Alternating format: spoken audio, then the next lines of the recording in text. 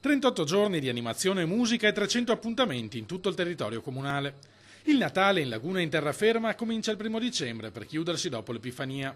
Tutto è pronto per iniziare la festa con l'apertura delle 3 piste di pattinaggio a Mestre, Marghera e Venezia, 28 alberi di Natale, un presepe sul Marzenego, 2 regate, 6 corse, 18 mercatini per un totale di 35 casette, 31 concerti nelle chiese, nelle piazze, nei parchi e nei teatri grazie alla collaborazione con la Fondazione Teatro La Fenice, che ancora una volta porterà la sua orchestra in tutto il territorio della città metropolitana, scuole comprese. Noi avremo, naturalmente basandoci principalmente sulle 2 grandi piazze di questa nostra bella città, in particolare appunto Piazza Ferretto e Piazza San Marco, ma partendo da questo, senza trascurare penso Marghera e quant'altro da un lato e il Lido di Venezia da un altro lato, un programma veramente straordinario. Dal punto di vista logistico confermate le aperture dei varchi ZTL, le nuove tariffe agevolate delle strisce blu e la prima ora di sosta a €1 nel parcheggio di Via Costa per rendere più semplice l'accesso al centro. Per quanto riguarda la sicurezza, infine l'amministrazione annuncia che ottempererà al decreto Minniti,